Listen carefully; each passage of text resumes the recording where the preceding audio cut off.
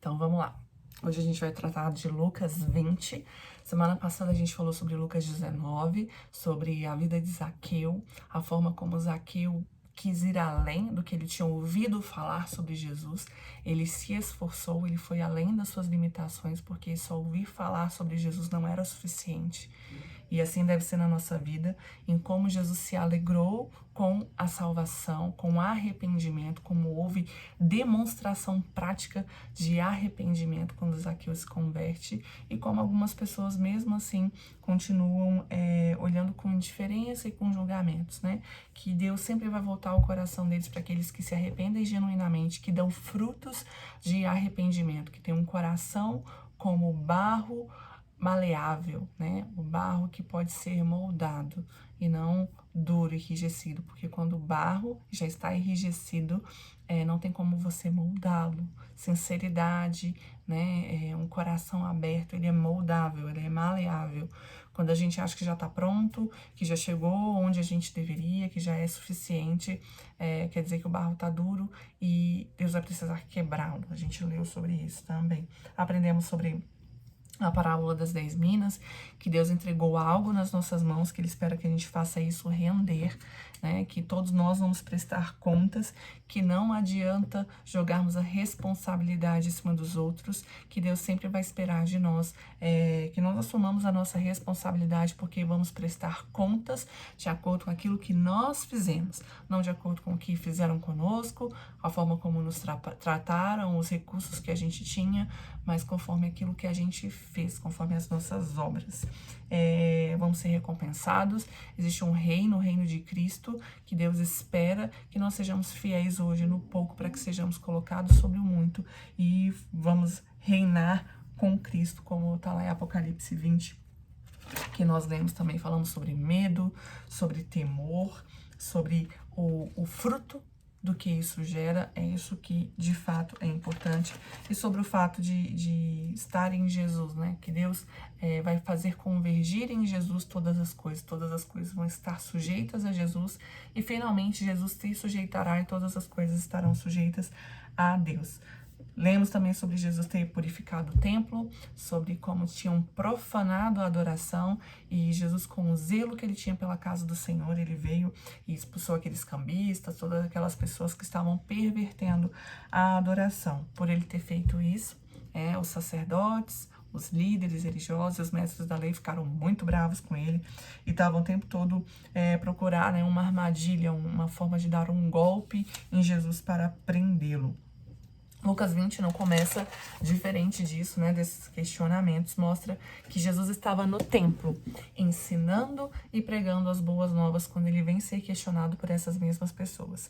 Antes de entrar nos questionamentos que eles fizeram, eu queria falar sobre algo que pela primeira vez me chamou muita atenção e eu vi que é bem pertinente nós falarmos sobre isso.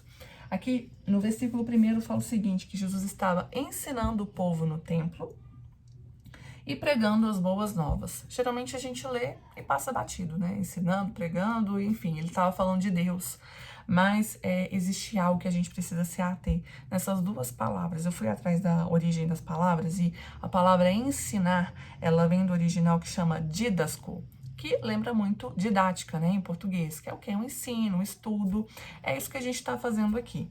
Essa palavra, ela significa instrução, tutoria. Por exemplo, Jesus, quando ele estava pregando, falando das parábolas, a Bíblia fala muitas vezes que ele ensinava ao povo por meio de parábolas.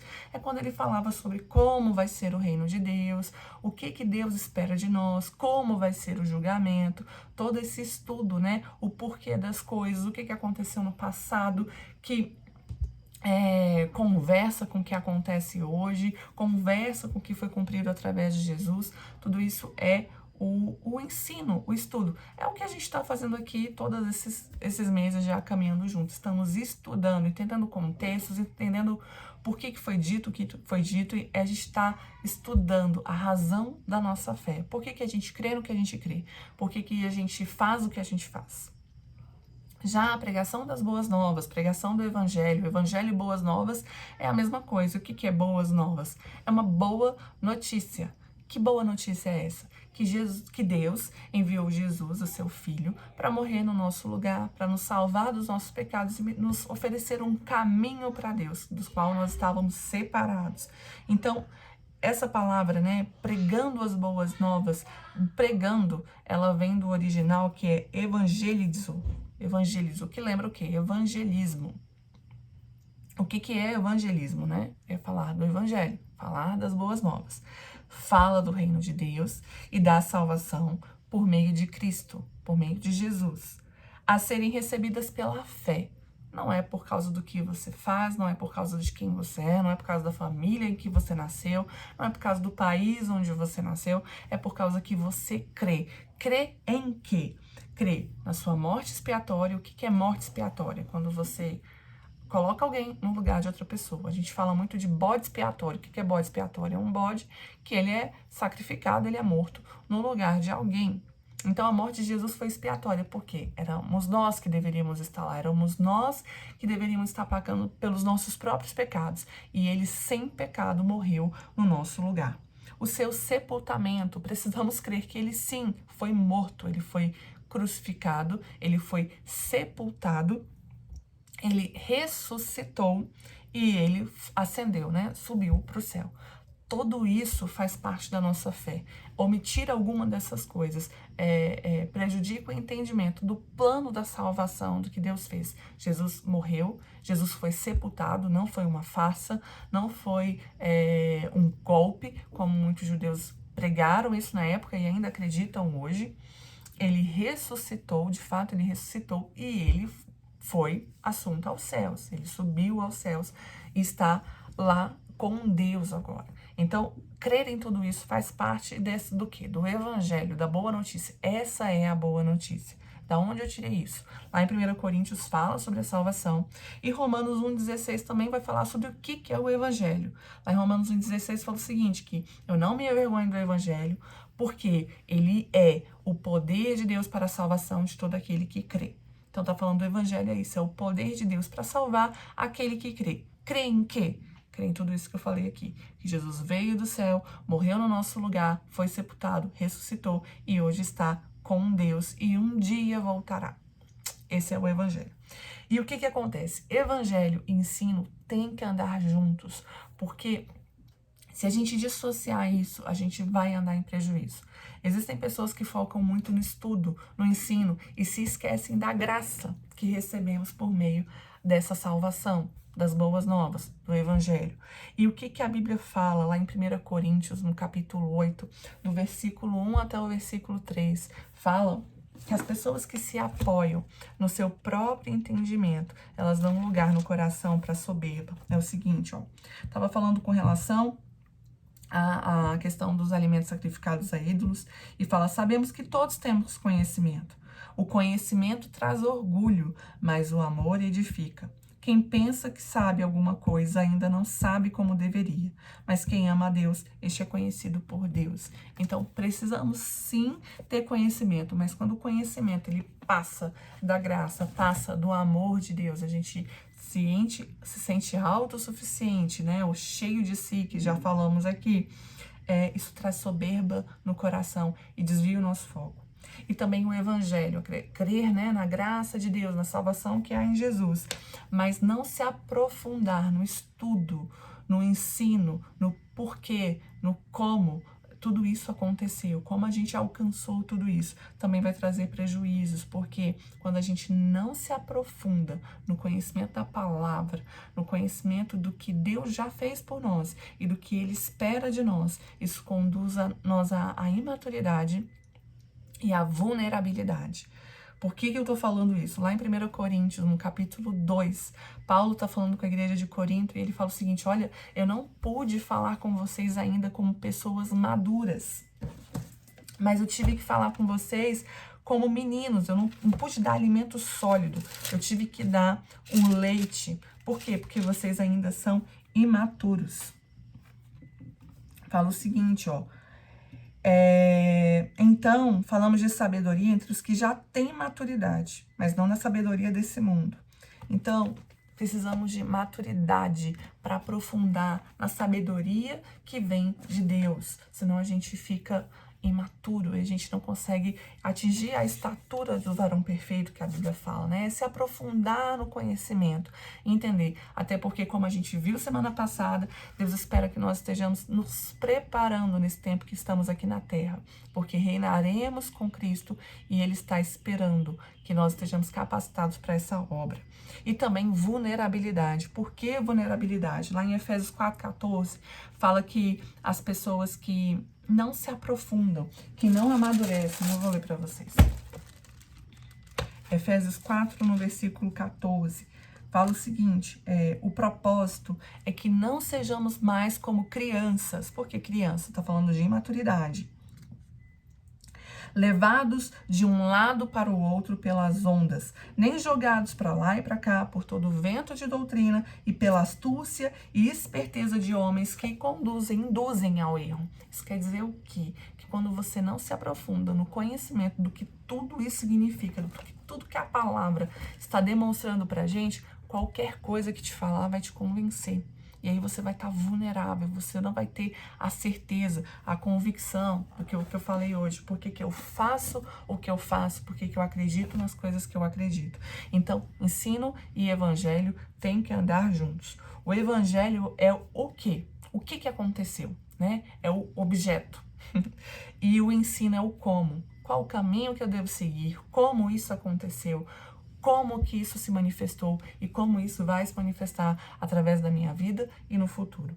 E eu me lembrei de uma história, né, sobre essa questão da gente não se aprofundar, né, não querer conhecer mais, que fala de uma pessoa que ela ganhou uma viagem de cruzeiro, né, e, poxa, ela não tinha condições jamais de fazer uma viagem de cruzeiro e estava super feliz de ter ganhado aquilo, só que ela não tinha condições para nada. Então, ela sabia que poderia tomar o café da manhã no cruzeiro, mas ela não ia desfrutar dos banquetes que tinham, dos shows e nem de nada ali que aconteceria, né? Então, ela ficou lá seus 5, 7 dias naquele cruzeiro e vendo as pessoas, né, no banquete, né, aquelas coisas, aqueles jantares, aquelas noites temáticas, as pessoas arrumadas, os shows, mas ela tomava o café da manhã e tentava se sustentar com aquilo, fazia a marmitinha dela, porque durante o dia ela não estaria ali de novo desfrutando, né, do que para ela já era tão maravilhoso.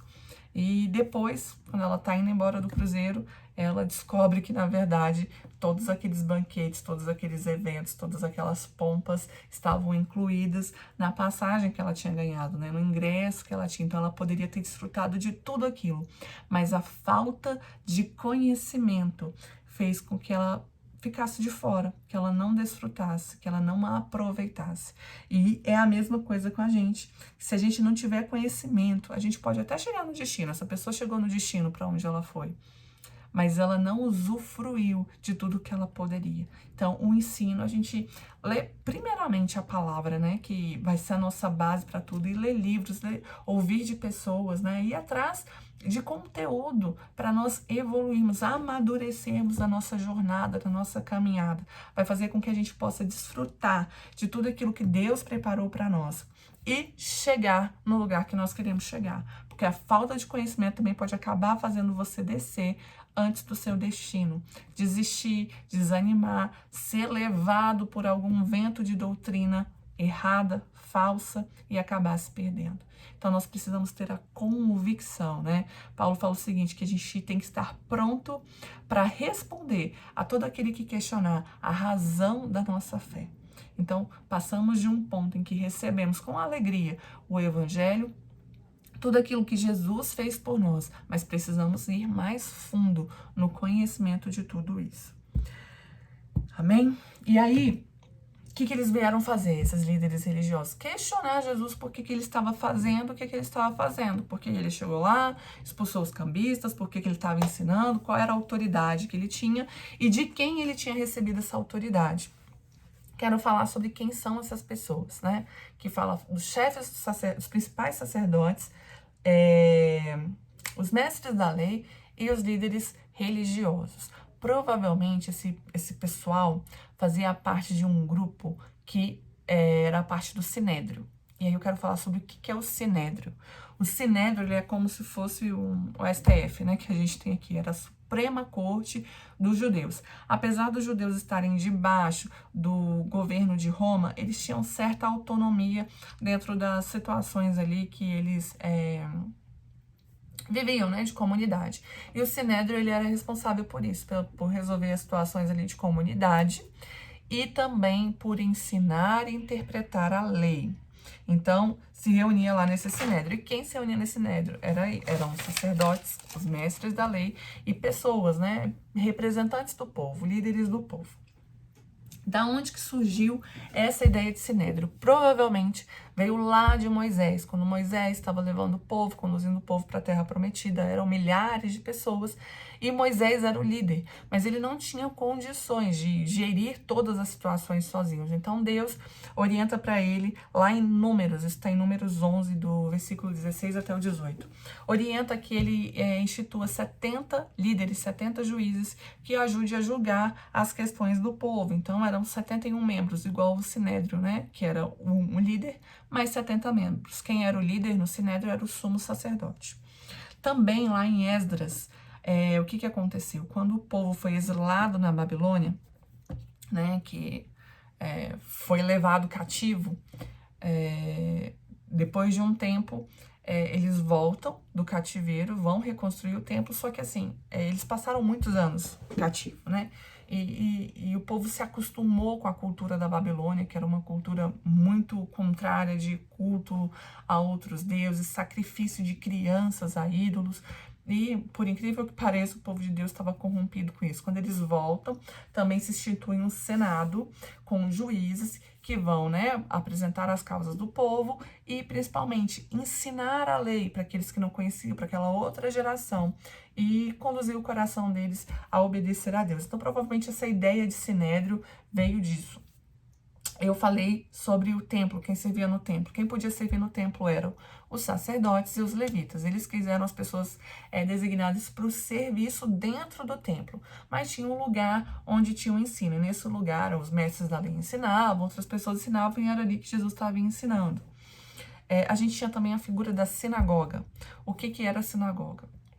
Quando o povo foi levado cativo lá para a Babilônia, como eu falei, eles não podiam mais sacrificar para Deus, né? Oferecer o culto deles a Deus, porque os sacrifícios só podiam ser feitos dentro do templo, como o templo tinha sido destruído, né? E eles estavam em outro território, eles não tinham como fazer isso. Então, eles começaram a se reunir nas casas, e daí surgiu a ideia de sinagoga, para ler a Torá e fazer suas orações. Não podiam sacrificar, porque o sacrifício só no templo. Então, eles começaram a se reunir nas sinagogas. Depois que eles voltam, né, tem a reconstrução do templo, que é essa que eu mencionei, que fala em Esdras e Neemias. Tem a reconstrução, eles retornam. Essa cultura das sinagogas permaneceu. Então, na época de Jesus, a gente vai ver falando de sinagoga e falando de templo.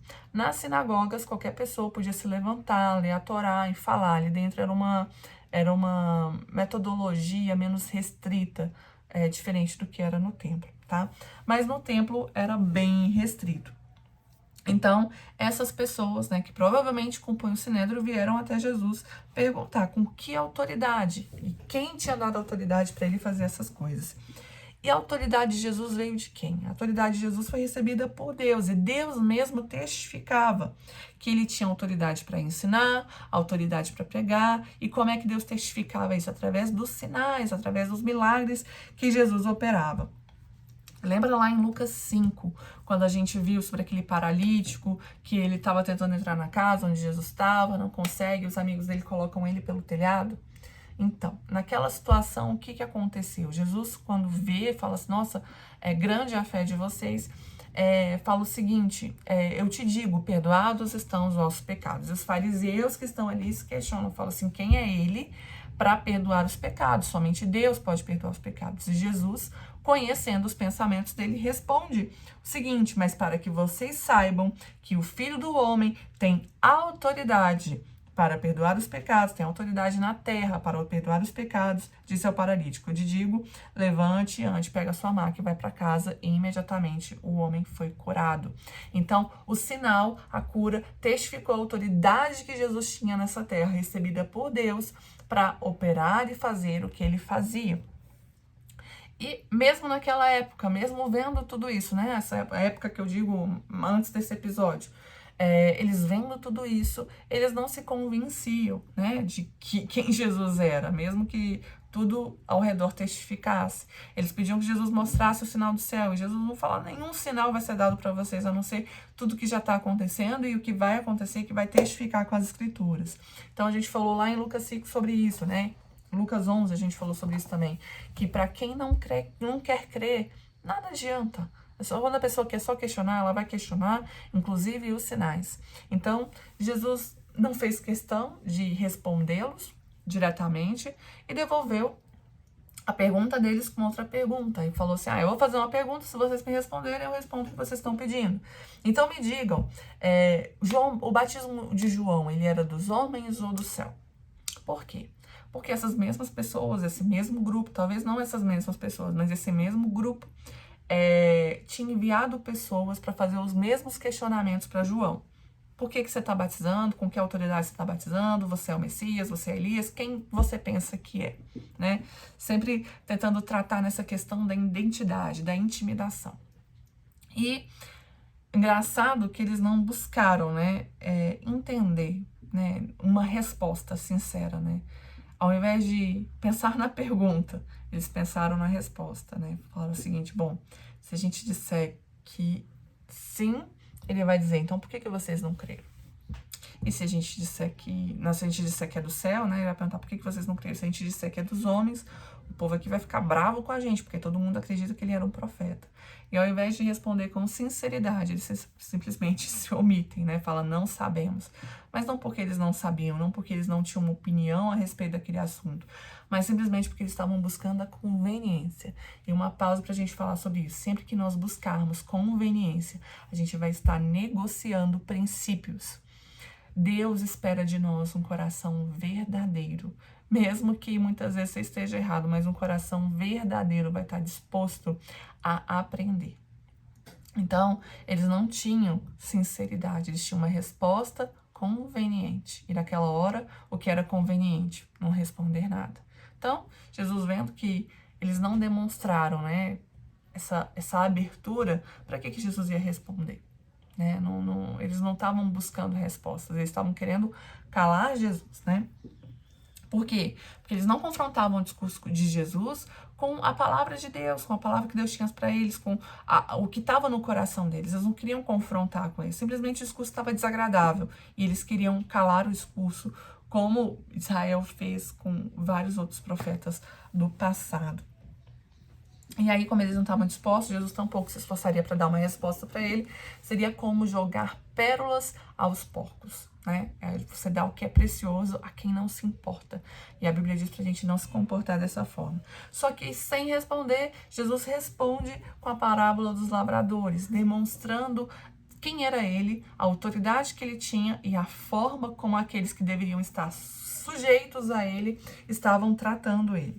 Então, o que aconteceu? Um homem, ele comprou uma terra, cuidou da terra, plantou uma vinha e deu, né, deixou tudo pronto e arrendou. O que é um arrendamento? Naquela época era muito comum pessoas ricas terem um terreno, uma plantação, mas elas não moravam naquela região. Então, elas iam para a casa delas e arrendava, né, deixava aquela terra com os trabalhadores daquela região, mas o dono da terra tinha uma parte naquilo, era como se fosse um aluguel. O que é um aluguel? Você usufrui de algo que é de alguém e paga algo por isso. Então, uma parte da colheita seria reservada para o Senhor e outra parte eles poderiam usufruir, que era fruto do trabalho deles.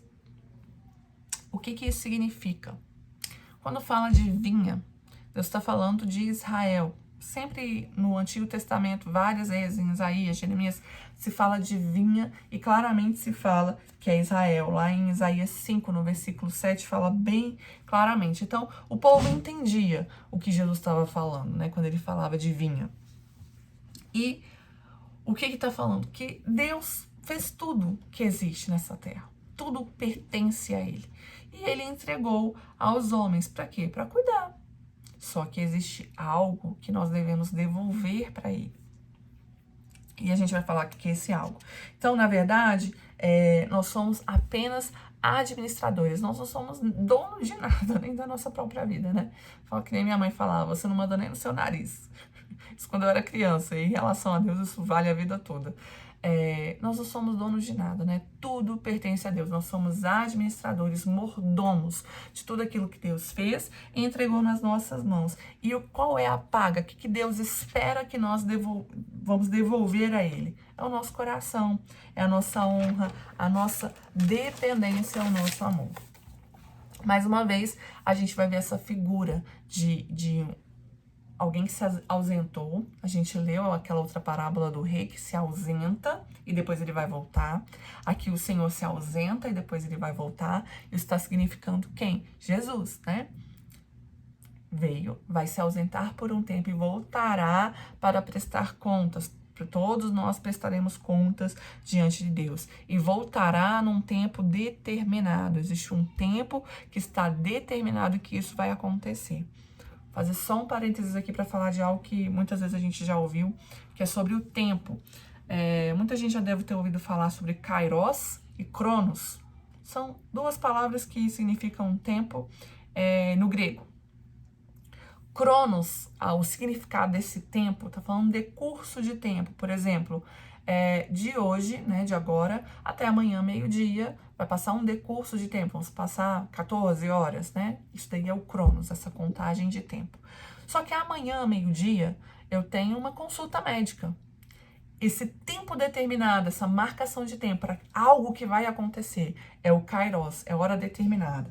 Para ilustrar melhor, aqui fala o seguinte, ó, que ele se ausentou por um longo tempo. Esse longo tempo está falando de Cronos, é um tempo decorrido.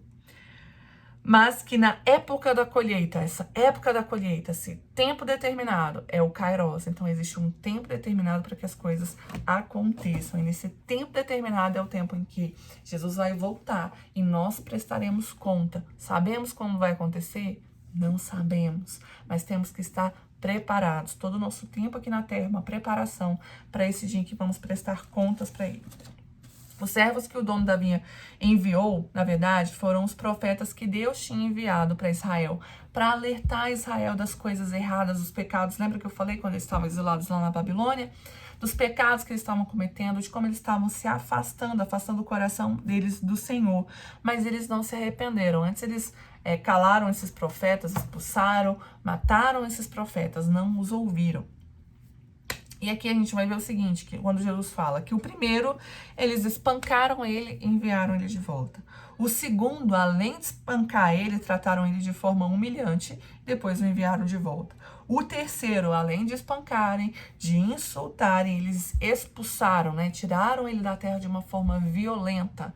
O que eu tô querendo falar com isso, né? E ao filho, que foi o último que foi, o que eles fizeram? Mataram. Essa medida de pecado, quando não há arrependimento, ela só vai aumentando. Vai aumentando. E a única coisa que faz parar com esse aumento gradativo da maldade do pecado do ser humano é o arrependimento. Quando não há arrependimento, a gente só avança mais ainda para o abismo. E o que aconteceu? Israel, todas as vezes que Deus veio até o povo dele pedir a paga dele, ele não deu para Deus o que ele deveria. Lá em Deuteronômio 10, do versículo 12 e 13, continua até o 22, Deus falando com o povo, depois de Deus ter mostrado tudo que eles teriam, né, direito, uma terra, né, todas as coisas que Deus tinha preparado para eles viverem. Ele fala o seguinte: e agora, ó Israel, que é que o Senhor, o seu Deus, lhe pede? Tá, o que vocês precisam fazer em troca? Senão que tema o Senhor, o seu Deus, e que ande em todos os seus caminhos, que o ame e o sirva, o seu Deus, de todo o seu coração, de toda a sua alma, que obedeça os seus mandamentos e os seus decretos que lhes dou hoje para o seu próprio bem. Legal a gente ver, né, que Deus dá ordens, dá mandamentos para nós, mas que é para o nosso próprio bem.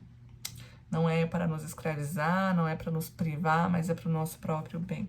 Essa é a paga que Deus espera de nós. Israel não deu a paga de Deus, não honrou a ele, mas quis viver da sua própria maneira. E o que acontece? Israel tem que ser um exemplo para nós, porque se eles foram julgados e perderam direito àquilo que eles tinham, quanto mais nós, para a gente não cair nesse mesmo caminho de tentar viver de uma forma independente, quando a gente não dá a paga que é de Deus, né? Essa parte da colheita que fala aqui na parábola, o que isso está falando? Quando a gente quer viver a nossa própria vida, tomar as nossas próprias decisões e não honrar a Deus. Viver de forma independente é uma grande cilada. Por quê? Porque é a inclinação do nosso coração, desde o Éden. Se a gente for pensar lá no pecado de Eva, o que originou ela ter caído, ela ter dado ouvidos à serpente, foi justamente isso. Quando a serpente vem e tenta convencê-la, ela fala o seguinte: não, Deus sabe que vocês não vão morrer.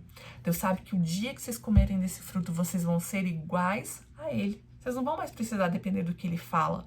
Não vão mais precisar ouvir o que ele entende que é certo ou errado. Vocês tomam suas próprias decisões. Isso é autossuficiência, é independência. E não é isso que Deus espera de nós. Então, sempre vamos estar pensando se a nossa atitude, se o nosso coração tem andado em dependência ou em autossuficiência. Quando fala aqui em Lucas 20, 14, e a herança será nossa, isso é semelhante a quando a serpente fala para Eva, e vocês serão conhecedores do bem e do mal. Querer andar longe de Deus, né? Isso é uma rebelião, isso é uma rebeldia. E a gente nunca vai aceitar as pessoas que se levantam da parte de Deus para falar conosco. Deus acertará contas com todos. O fato dessas pessoas, né, desses lavradores, ou de nós mesmos, não aceitarmos a vontade de Deus, aquilo que Ele determinou para nós, não faz com que ele desista ou abra mão do seu plano. Tanto que ele pergunta: o que vai acontecer? Ele podia falar: nossa, mataram todo mundo, agora não vai ter mais jeito, vou ter que abrir mão e deixar com eles mesmos. De forma alguma. O que aquelas pessoas que estão ouvindo a parábola respondem? Ele vai matar aqueles lavradores e entregará essa terra a outros. Quem são esses outros? Esses outros são os gentios. Israel não honrou com a aliança que Deus tinha com eles, e isso abriu o caminho para um povo. Claro que Deus já tinha esse plano, a Bíblia demonstra, né, que Deus já tinha esse plano, lá em Salmos fala sobre isso, de acolher a todos, né, dentro dessa aliança. Mas Israel foi aquela que desprezou, né, aquela que desprezou o banquete que estava recebendo, e nós somos como os cachorrinhos que estão comendo ali as migalhas que caem. Não numa honra menor, mas algo que faz parte do plano de Deus. Deus nos fez participantes de algo que nós não tínhamos direito, mas que sempre foi o plano dele, porque Deus é um Deus eterno. Por mais que a resposta do povo fosse repulsiva, eles falaram assim, que isso jamais aconteça, porque eles entenderam o que Jesus estava falando. Os fatos iriam acontecer porque já estavam escritos tempos antes e era assim que as coisas estavam seguindo o curso. Lá em Salmo 118, 22, Isaías 28, 16, Daniel 2, vai falar sobre a questão dessa que Jesus falou, né? Da pedra, né? Fala o seguinte: a pedra que os construtores rejeitaram, essa se tornou a pedra angular. Durante o nosso estudo, eu demonstrei aqui, eu não vou conseguir mostrar para vocês, o que é a pedra angular. A pedra angular era, dentro da construção, ia se colocando, vou colocar, né? Iam ter duas paredes, era a pedra de esquina, pedra de quina. O que ela fazia? Você ia subindo tijolos por aqui, você colocava uma pedra aqui que ela ia dar o ângulo. Ai, será que dá para ver? É como assim, ó, ela ia dar o ângulo certo para nortear essa outra parede aqui, para que essa não ficasse torta em relação a essa. Então, ela que dava o prumo, ela que dava o padrão. Também era usada a pedra angular em arcos. O que acontece? Você constrói um arco aqui, constrói um arco aqui. Se você não tiver algo que delimite o padrão, né, o ângulo desse arco, esse aqui fica de um jeito, esse aqui fica de outro. Você não tem parâmetro. E o que está falando? Que a pedra que eles rejeitaram, na verdade, se tornou a pedra principal.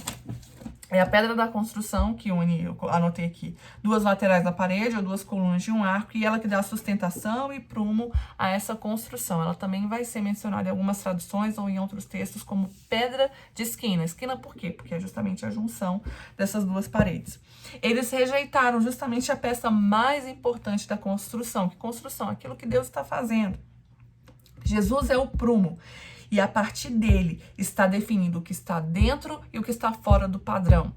A pedra angular, vamos olhar aqui para o arco, ela denunciava quem estava torto e evidenciava quem estava correto. E assim é Jesus, a vida de Jesus. Ele confirma o que está dentro da vontade de Deus e denuncia o que está fora. A pedra angular é justamente isso. Lá em 1 Pedro 2, vai falar muito sobre essa questão da pedra angular.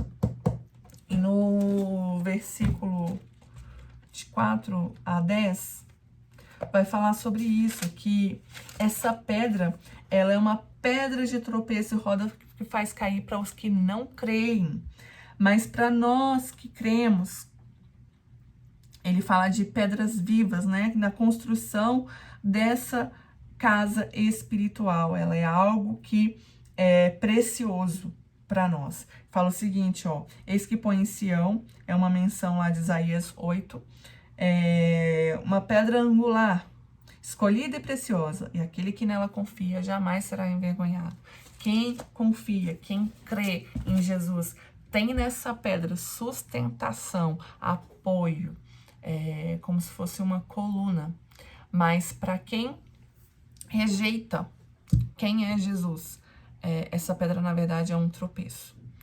E vamos falar sobre quem é Jesus, porque eu acho que dentro da nossa cultura, né, nós vivemos num país muito cristão, né? Cristão no sentido que crê que Jesus é o Filho de Deus. Aquele Jesus que viveu, que morreu na cruz, tal, é o Filho de Deus. Só que muitos não conhecem quem é esse Jesus, né? Então, é muito fácil aceitar que Jesus é o Filho de Deus, mas será que vai ser tão fácil aceitar se a gente conhecer ele de verdade, se a gente conhecer esse Jesus da Bíblia, esse Jesus que nos confronta, esse Jesus que fala assim, olha, renuncie às suas vontades, negue-se a si mesmo, dá a outra face. Será que as pessoas ouvem esse Jesus ou se escandalizam com ele? Então não é sobre falar Jesus, é sobre o Jesus verdadeiro, como a gente já falou também, né, que muita gente está servindo a um Deus que elas mesmas criaram, que não é o Deus da Bíblia. Então a gente precisa conhecer quem é esse Deus, quem é esse Jesus, para dizer que de fato confiamos nele. Cristo em nós é um fundamento, é uma base, é uma estrutura.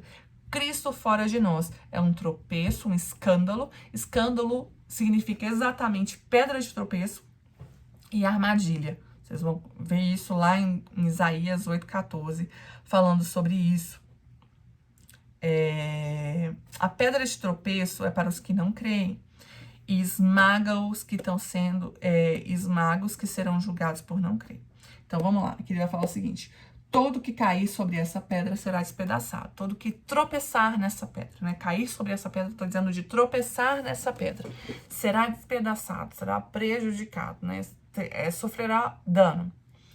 Mas sobre quem ela cair será reduzido a pó. Existe uma diferença entre você ser despedaçado e você ser reduzido a pó. Despedaçar, uma coisa despedaçada, você ainda tem chance de juntar. Uma coisa que é reduzida a pó, ela tá definitivamente fracassada. Você tá falando o quê? Enquanto estamos aqui, né, antes do nosso juízo, quem se escandaliza de Jesus vai viver tropeçando nele, né, até reconhecê-lo como a pedra angular, como essa pedra fundamental. Mas, se chega o dia do julgamento e essas pessoas permanecem não crendo, elas serão esmagadas por essa pedra, né? Isso tá falando de juízo. O versículo 18 também vai fazer referência, esse que eu acabei de falar, sobre tropeçar e ser esmagado, a Daniel 2, quando Nabucodonosor, o rei da Babilônia, na época ele teve um sonho, ficou muito perturbado com o sonho, pediu para várias pessoas interpretarem, na verdade não só interpretarem, né, dizerem o que ele tinha sonhado e o que significava o sonho. Eles ficam perturbados, falam assim, ninguém pode dar essa resposta, ninguém pode dizer o que você sonhou, no máximo você conta e a gente interpreta. Ele fala, vocês estão querendo ser espertinhos, eu vou falar o sonho para vocês e vocês vão me dizer qualquer coisa. Então vou mandar matar todo mundo, porque ninguém serve, né? né? E aí quando vão lá buscar Daniel e os amigos dele para matá-los também, Daniel pergunta o que está acontecendo, eles respondem, ele pede um tempo para falar com o rei. E aí eles oram, pedem ao Senhor para que Deus dê a revelação e Deus dá essa capacidade para Daniel. E Daniel fala o que ele sonhou e interpreta o sonho. Nesse sonho ele sonhou com uma estátua, que significam os reinos, e essa estátua tinha pés de barro, né? Fala de fragilidade. Tem todo o significado tudo isso, mas que não dá pra gente entrar aqui agora. Mas fala que de uma pedra que se soltou sem auxílio de mãos, atingiu os pés de barro dessa estátua e destruiu tudo, né? Isso está falando dos reinos que vieram antes do reino de Cristo, né? Antes da vinda de Cristo. Essa pedra, ela destrói tudo isso e ela vai constituir um reino que jamais terá fim.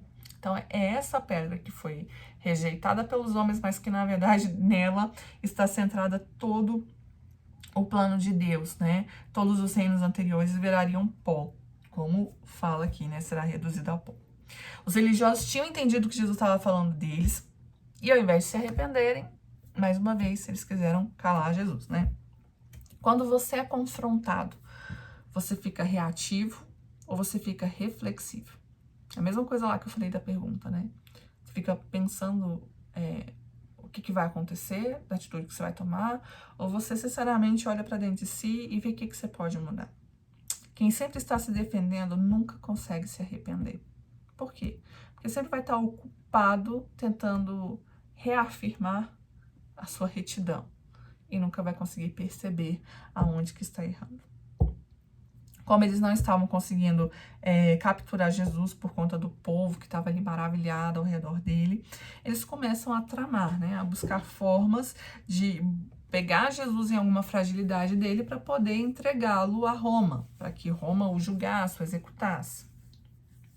Então, eles começaram a chamar lá acho que Mateus que fala, né? Que eram os discípulos dos fariseus. Mateus é Marcos. Fala que, na verdade, eles pegaram discípulos, os fariseus pegaram discípulos dele para começar a se misturar no povo, fingindo que cria, né? Que estava acompanhando ali o ministério de Jesus, mas para colocá-los em enrascadas. E junto com eles, nesse momento aqui, ele mandou os herodianos. Quem eram os herodianos? Era um grupo que apoiava o governo de Herodes, apoiava Roma, né? Naquele governo ali, né? Eram os que bajulavam, os que queriam o prestígio deles. Já os fariseus eram contra. E aí eles mandam e eles começam, né, com o discurso deles. Olha, nós sabemos que você ensina o que é correto, que você não mostra parcialidade, é uma pessoa justa, que ensina o caminho de Deus conforme a verdade e tal. Aí começaram, né, a amolecer o coração ali de Jesus, achando que ele ia ser enganado pela bajulação. E depois eles lançam a pergunta para pegar Jesus desprevenido. Queria falar para a gente ter muito cuidado com a bajulação. A gente ser modulado pela opinião dos outros, pela reação dos outros é muito perigoso, porque a gente pode cair em armadilhas. E já aprendemos que aqueles que buscam agradar a homens não podem ser servos de Deus. Então, a gente tem que andar em verdade, em sinceridade, e não com essa inflando o nosso coração com aquilo, com a reação das pessoas, né? Com a resposta que estão nos dando. A Bíblia fala várias vezes para a gente ter cuidado com bajulação. Eu anotei só um versículo aqui que está lá em Provérbios 29, versículo 5, que fala o seguinte: quem adula o seu amigo está preparando uma armadilha para ele. Ainda bem que Jesus não se deixava levar por isso. E aí, o que eles queriam fazer com Jesus, né? Quando perguntaram, é certo pagar imposto, né, a César? E aí, o que Jesus fala, né? Porque o que eles queriam? Fazer com Jesus, né? Pegaram a sabedoria e a inteligência de Jesus e tentaram fazer a mesma coisa, né? Quando Jesus pergunta do batismo de João, que eles ficam encurralados com a resposta, eles tentam fazer a mesma coisa. Por quê? Se Jesus responde que é lícito pagar imposto a César, o povo ia ficar bravo com ele, porque eles estavam sendo massacrados com os impostos altíssimos e ninguém concordava com aquilo. Então, se Jesus diz que sim, ele desagrada o povo. E se ele diz que não, ele estava provocando ali uma rebelião, seria preso, seria entregue às autoridades.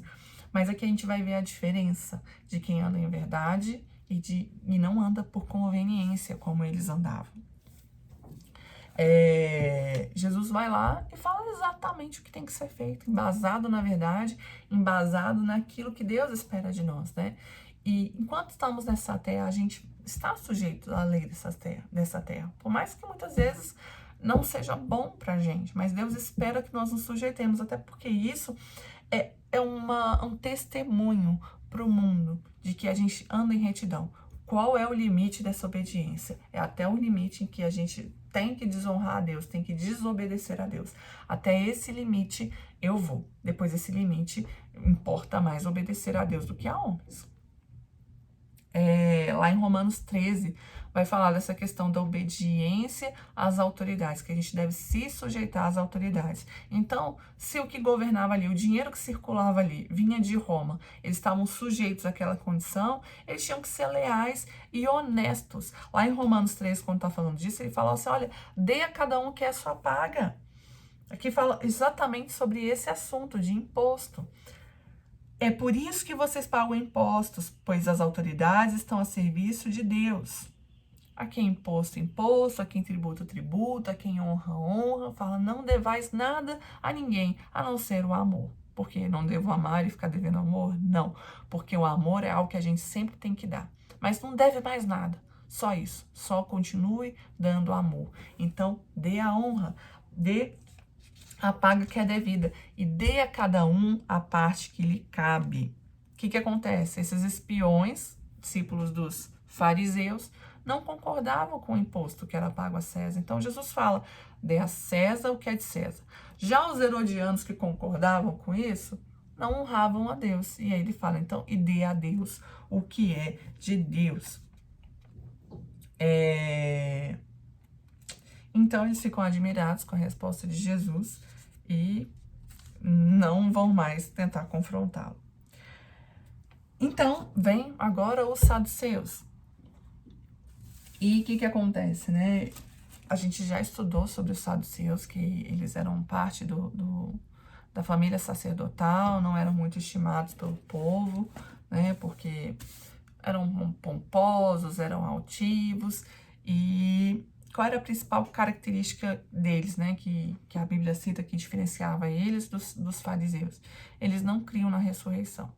Então, vamos voltar lá, não lembro se eu já falei hoje ou se foi no outro dia, mas os saduceus, eles eram da família sacerdotal e eles criam estritamente no que estava escrito, na lei escrita, somente. Já os fariseus, eles criam na lei escrita, eles criam na tradição oral, que era aquela que era passada de pai para filho, costumes, tradição. E até isso foi uma das coisas que Jesus criticou, que eles aumentaram um monte de exigências, que não era o que Deus requeria, mas enfim, era uma das diferenças, e os saduceus não criam na ressurreição, e os fariseus criam. Então, eles achavam o seguinte, que o que acontece aqui, só é aqui, que Deus preparou para nós, só é aqui, morreu, morreu, acabou, acabou, não criou na vida eterna. Em 1 Coríntios, lá, a gente falou sobre essa questão, né, da ressurreição, da nossa fé, ser embasada na ressurreição. Lá tá falando várias coisas sobre ressurreição. Por quê? Porque naquela época também se levantou pessoas para falar sobre não existir a ressurreição. E Paulo vem confrontando tudo isso, falando assim, olha, se a nossa esperança é só para essa vida, a gente é o mais miserável de todos os homens, porque além da gente estar crendo errado, porque se não existe ressurreição, Jesus também não ressuscitou. Então, além da gente estar crendo errado, a gente ainda está pregando algo que é contra a vontade de Deus. Então, a gente é super miserável. Mas depois disso, ele vem justificando tudo e atestando a certeza da ressurreição. Então, os saduceus, não crendo nisso, vem com uma situação para Jesus, uma situação super hipotética. Falar, tinha 7 irmãos, e um casou, aí morreu, aí casou de novo, o irmão casou com a mulher. Da onde que veio isso? Existia uma orientação lá em Deuteronômio 5, 25, no versículo 5 e 6, fala o seguinte, que se um homem morresse, né, casado, ele morresse e não deixasse filhos para sua esposa, o irmão dele não ia se casar com uma pessoa de fora, ele ia ter que casar com a mulher do irmão dele. Para quê? Para que o irmão dele não ficasse sem descendência, porque o nome dele não se apagasse da terra. Então, ele se casava com essa mulher, o primeiro filho, na verdade, não ia ser filho desse homem, ele, na verdade, ia ser filho do que morreu, ia ser herança do irmão, e os próximos filhos que tivesse ia ser herança dele. Mas era algo que foi determinado para que houvesse descendência, essa questão do nome, da perpetuação das gerações era muito importante. Então, eles vieram com essa situação e falaram, e quando chegar lá na vida eterna, quem vai ser o marido dela? E Jesus vem falar que a vida eterna não vai ser uma continuação da nossa vida aqui na Terra. É diferente. Lá não se casam, nem se dão em casamento.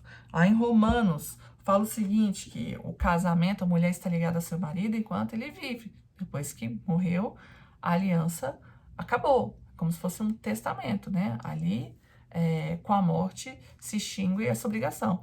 Porque se assim fosse, a pessoa ainda está ligada ao marido mesmo depois que morresse, para ela ir para o céu e continuar lá com o cônjuge dela.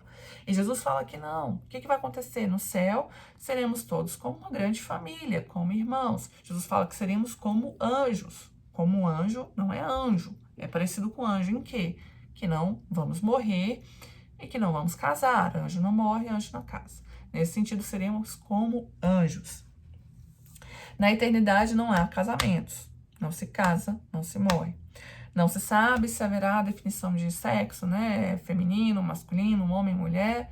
A Bíblia não menciona. Se não menciona, porque não é importante. Muita gente se perde no meio desse debate, dessa discussão. Inclusive, se fala, né? Quando fala sobre ficar em discussões inúteis, é até uma forma que as pessoas vão ficar discutindo sexo de anjo. Não é resposta, né? É inútil ficar buscando resposta que não existe. Mas muitos acreditam que pelo fato da Bíblia não mencionar, nós vamos ser como fomos criados, né? Para ser. Mas enfim, não vai ter casamento. Só que Jesus toma um corte aí e ele fala assim, olha, as coisas são automáticas não, né? Fala aqui, ó, no 35, versículo 35. Mas os que forem considerados dignos de tomar parte na era que há de vir. Então ainda tem uma coisinha aí que não é assim, né? Automático, tem aqueles que forem considerados dignos. Isso aí tá falando da primeira ressurreição, que a gente falou semana retrasada, né? Da ressurreição dos justos, da primeira ressurreição. Então, todos seremos filhos de Deus, todos seremos como irmãos. E aí Jesus fala, na verdade, o que eles estavam querendo saber. Porque eles estavam querendo solucionar essa dúvida. Quem vai ser o marido dela? Eles não estavam querendo falar sobre isso. Na verdade, eles estavam querendo testificar que é ridículo ressurreição, porque olha só essa situação, né? Eles tentaram questionar isso. E aí Jesus vai falar sobre a questão da ressurreição. E ele fala o seguinte, que quando ele falou, e que os mortos no 37, e que os mortos ressuscitam, já Moisés mostrou no relato da sarça que quando o Senhor se apresentou para ele, apresentou: eu sou o Deus seu pai, eu sou o Deus de Isaac, de Abraão, de Isaac e Jacó.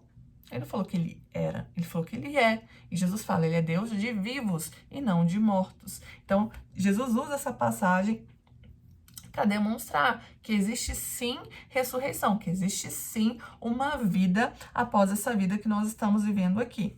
Para Deus, todos os que vivem nessa era, todos são vivos, né? Na verdade, é esta era e a era que há de vir. Então, para nós, morreu e vamos ter outra vida. Para Deus, é só uma mudança de fase, né? Que fala assim, ó. Ele não é Deus de mortos, mas de vivos, pois para ele todos vivem. Seja vivendo nessa era, seja vivendo na era que há de vir. Os que estão na outra era, para nós, estão mortos, mas para Deus não estão. É isso que significa essa passagem.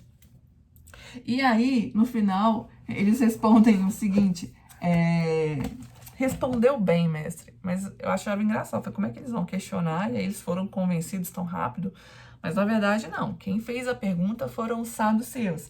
Quem respondeste bem, foram os mestres da lei. A maioria dos mestres da lei eram fariseus. Então, mesmo não gostando de Jesus, eles acharam muito bom que Jesus deu uma lavada nessa história aí de ressurreição e deu uma boa resposta, né? Respondeste bem. E depois disso aqui fala que ninguém mais ousava lhe fazer perguntas, né? Porque acho que descobriram que não era dessa forma que eles iriam conseguir pegar um ponto fraco em Jesus. E aí Jesus vem falando com eles, demonstrando para eles como que era fraca aquilo que eles falavam, né? A doutrina que eles tinham. E ele fala assim, olha, que quer dizer, então? Quem que vocês dizem que é o Cristo? Ele é filho de Davi? Eles falam, é filho de Davi. Então, o que que Davi quis dizer quando ele disse assim? Aqui menciona um salmo. Ai, achei que tinha entrado alguém aqui. Tô levando um susto. Ele menciona o Salmo 110, no versículo 1, que fala o seguinte: o Senhor disse ao meu Senhor, sente-se à minha direita, até que eu ponha os meus inimigos no estrado dos meus pés. Se esse Messias que vem, ele está abaixo de Davi, né? Ele é filho de Davi, ele se sujeita a esse governo terreno, por que ele chamou ele de Senhor, né? Então, Jesus encurrala eles, né, nessa questão, que eles não saberiam responder. E Jesus demonstra que ele é maior, o reino dele está acima de qualquer reino que houve. Não é um reino terreno, não é um reino parecido, perto do que foi o reino de Davi, que é o principal exemplo, né, para eles. Até hoje, Davi é venerado lá em Israel, tem a cidade de Davi, tem o túmulo que eles acreditam ser de Davi, né? A bandeira é o quê? A estrela de Davi, né? O reino que eles mais dão valor. E Jesus vai demonstrar que o reino dele é maior, que não é reino de homens, mas que é o reino de Deus. E aí, Jesus vira para os seus discípulos e falam sobre esses, né? Fala assim, olha, não se impressionem com os mestres da lei, porque eles queriam passar uma imagem de espiritualidade, uma imagem de conhecimento, mas o que eles gostavam mesmo era das coisas desse mundo, não eram das coisas espirituais, né? Eles se importavam com o quê? Com a bajulação, né? Aquela mesma bajulação que Jesus rejeitou, era isso que eles queriam, né? Eles gostam de andar com roupas especiais, parecer importantes, né? Sentar nos lugares mais importantes, nos banquetes, serem honrados. Eles exploram as pessoas, né? Fala aqui das viúvas. A viúva era o povo mais vulnerável que tinha, né? Porque uma mulher viúva não tinha fonte de sustento, ela tinha que ser sustentada. E eles, além disso, exploravam essas viúvas. Então, quem se importa com a eternidade tem que viver uma vida responsável, porque a gente sabe que o que a gente vive aqui, na verdade, está nos preparando para a eternidade. Então, a gente não pode viver de uma maneira irresponsável, como eles estavam vivendo, só aproveitando das coisas dessa era e não se lembrando de que eles iriam prestar contas de tudo isso. Eu acho muito legal o livro de Eclesiastes, que a sabedoria de Salomão, né? Salomão fala sobre várias reflexões que ele tem da vida dele, inclusive tem umas partes que parecem bem depressivas, mas na verdade é uma reflexão profunda da sabedoria de Salomão. E depois de ter falado tudo, ele termina falando que, olha, de tudo, o que eu posso dizer? Desfrute da vida, aproveite tudo, mas sabendo que um dia você vai prestar contas de todas as coisas. E é assim que a gente vive com responsabilidade, quando a gente sabe que vamos prestar contas a Deus de tudo que nós fizemos. Então, a gente tem que ter essa responsabilidade, que os mestres da lei queriam impressionar todo mundo, mas não tinham. E fala que eles vão ser julgados com maior rigor. Por quê? Os mestres da lei, eles tinham essa noção da eternidade, eles tinham essa noção da ressurreição. Lembra que a gente falou lá em Lucas 12:47, que aquele que sabia a vontade do seu Senhor e não fez, receberá muitas chibatadas, e aquele que não sabia e não fez, receberá poucas chibatadas? Quando a gente tem um nível de conhecimento, a gente vai ser cobrado. Quando a gente não tem conhecimento, a gente não vai deixar de ser cobrado, a gente vai ser cobrado também. Mas quando a gente tem entendimento, a gente vai ser cobrado na medida do entendimento que a gente tem. Por isso que a gente tem que ser fiel ao conhecimento que a gente está recebendo. Eles são aqueles que sabiam e não fizeram o que deveria ser feito. Esses serão punidos com maior rigor. Então, a gente está buscando o nosso prêmio, a gente está buscando a nossa salvação, estamos nos aprofundando no conhecimento, no ensino, para viver uma vida de maturidade, de certeza da nossa fé, e temos que ser fiéis a tudo isso que a gente está recebendo, porque nós seremos cobrados de acordo com tudo isso que Deus está nos entregando. E glória a Deus por isso, glória a Deus, porque quando a gente está aprendendo, se abre um caminho diante de nós que está oculto, e nós temos uma perspectiva de viver o reino de Deus dentro daquilo que ele de fato é. não seremos enganados, não seremos conduzidos por pessoas que querem se aproveitar de nós, mas a gente vai viver com intensidade nesse relacionamento direto com Deus, sabendo o que Ele espera de nós e o que nós temos que responder para Ele, além de usufruir de todas as bênçãos que já estão entregues para nós desde a eternidade, ok? Semana que vem a gente continua com Lucas 21, vamos falar muito sobre o fim dos tempos, escatologia, e que Deus nos dê graça para entender tudo aquilo que Ele quer ministrar no nosso coração, tá bom? Um beijo, Deus abençoe. Tchau, tchau.